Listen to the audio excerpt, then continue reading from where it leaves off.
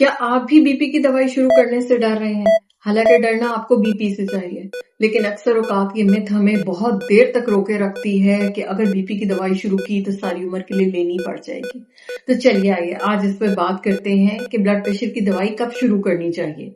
देखिए, अगर बीपी की रीडिंग आपकी जो है मुतवातर तौर पे चेक कराने पे हर साइड के ऊपर आती है, यानी 140-90 से ऊपर ही हमेशा आपका बीपी रह रहा है, तो आपको फौरी तौर पे दवाई शुरू करने की जरूरत है। अब यहाँ अक्सर लोग ये कहते हैं कि हम खुराक से नमक निकाल देते हैं, हम फौरी तौर पे एक्सरसाइज कर लेते हैं, वेट कम कर लेते हैं। आपकी बात बिल्कुल ठीक है, लेकिन ये है लाइफस्टाइल मॉडिफिकेशन।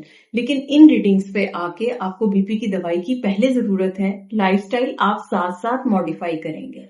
अब होता क्या है कि अक्सर औकात लोग कहते हैं हमें तो कुछ फील ही नहीं हो रहा।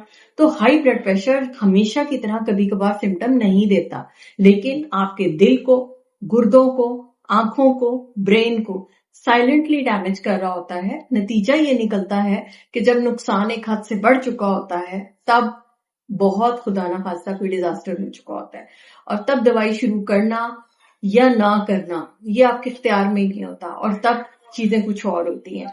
तो बीपी से मत डरें, ठीक है। रादर आप इस बात से डरें कि मुझे इसकी कोई कॉम्प्लिकेशन ना खुदा ना खास्ता हो जाए। और बर वक्त दवाई से ना सिर्फ आप अपने आप को महफूज रख सकते हैं, बल्कि अपने ऑर्गन को डैमेज होने से बचा